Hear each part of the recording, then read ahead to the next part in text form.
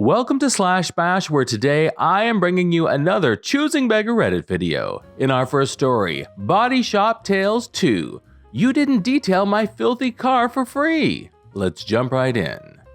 I work at a body shop that's been doing pretty well for the last few years. The shop is on the direct repair program for several major insurance companies, but we also try to take in work from other insurance companies, dealerships, and out-of-pocket repairs.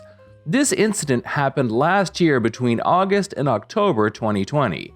Some details have been changed for privacy reasons. It all started when the customer, let's call him Lyle, and his girlfriend Linda called and said his vehicle was being towed to our shop and he would be following the tow truck. I took the call as the receptionist was at lunch.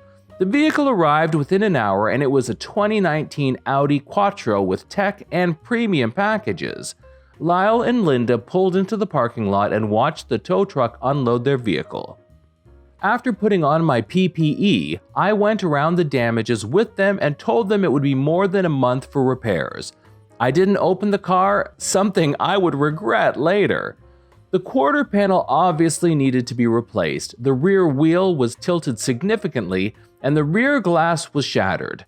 Lyle introduced himself as a physician's assistant, then asked about frame damage, OEM parts usage, checking airbags and alignment, and other common questions that I face every day. Linda just kind of stood there behind him as quiet as a mouse. Linda and Lyle held onto the keys for a while to clear out belongings and didn't finish until around shop closing time. When we started repairs the next morning, I realized I hadn't taken any interior photos, important for verifying certain options for repair procedures, or a photo of the mileage. I opened the door and a rancid smell immediately overwhelmed me. I have visited a landfill before and the tens of thousands of pounds of rotting trash in that landfill didn't hit me as hard as the smell in that Audi. My eyes watered, my stomach lurched forward and I began to dry heave. I had to exit the car and walk away to get some fresh air. Nauseating smell or not, I still had a job to do, so I went back inside, grabbed a spare painter's mask, and returned to the Audi for further examination. The front of the Audi was nearly immaculate, with one or two stains on the armrest, but the rear seat had two heavily stained car seats with several, yes, several, used diapers on the floor. There were two styrofoam containers of takeout food stashed under the seats, and the food had flies and ants all over it. Empty soda cups and other articles of trash were all throughout the car. In my part of the US, it gets very hot in the summer and fall, so all of the trash was basically baked in the August heat. I wish I had kept a photo of it for this post. I informed my general manager. The GM shrugged his shoulders and said that we'd have to clean it as best we could since the vehicle was going to be repairable. The general manager asked me to contact the insurance for approval on a full interior detail. Insurance companies are cheaper than customers, and it was instantly shut down when I called the adjuster, even with photos. So I called Lyle and Linda to let them know we would only do a basic car wash and vacuum. This is the Lyle and Linda residence. How may I help you? Hi, just calling to let you know we're starting repairs today, and you didn't start repairs yesterday? My vehicle arrived yesterday. Yes, I'm sorry, but you weren't finished with removing belongings until we were closing, and so it's my fault that you are moving slowly on my repairs. No wonder it's going to take a month. What do you want? Well, I just called to tell you that we are going to clean up your vehicle to the best of our ability, but the insurance isn't covering a full detail. Did you want to pay? Pay, I didn't cause this accident, so we're not paying anything. Talk to the insurance and get it done. I'm tired of talking to you already.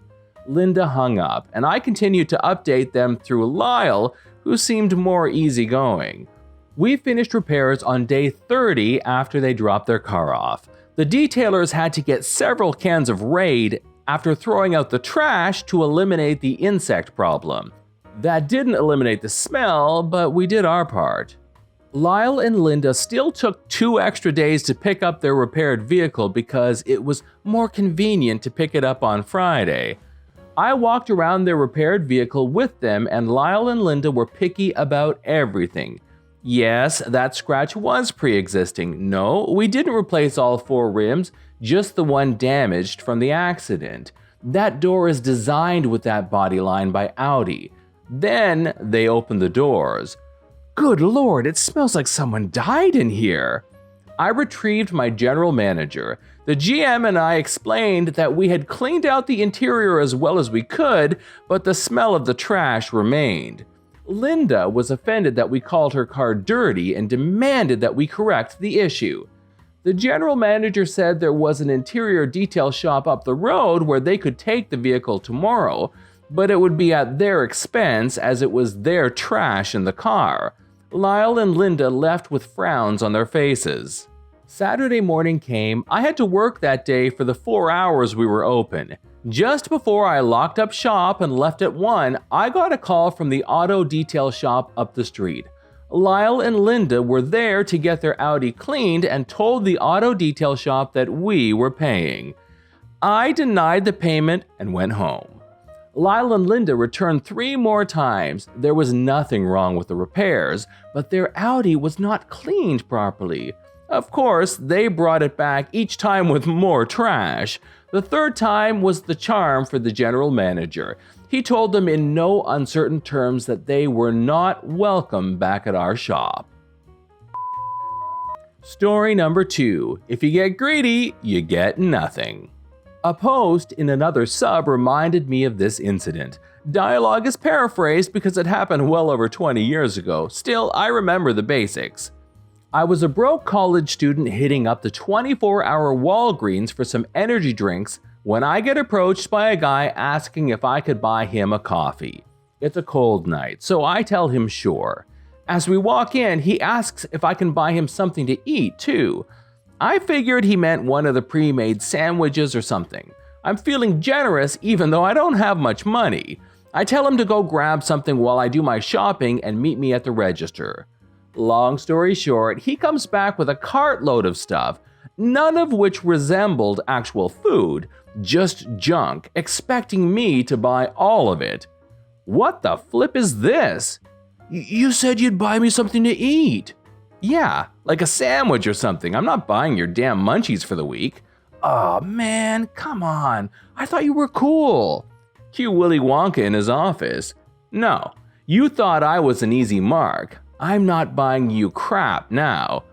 Okay, fine. Acting like he's doing me a favor. Just a sandwich and the coffee. You don't get it. You got greedy and now you get nothing. He starts to call me every insult for a white guy he can think of before getting control of himself and trying to salvage the situation. Come on, at least get me the coffee. It's cold out. I start to laugh, which clearly pisses him off, but that's about when the manager shows up and tells the guy he doesn't want to see him in the store again. The guy leaves, yelling insults and threats at both of us. The manager then offers me the energy drinks for free. I tell him I don't mind paying. He insists. It turns out this guy had been running the same scam on various marks, but the manager couldn't do a lot about it because they always went along with it.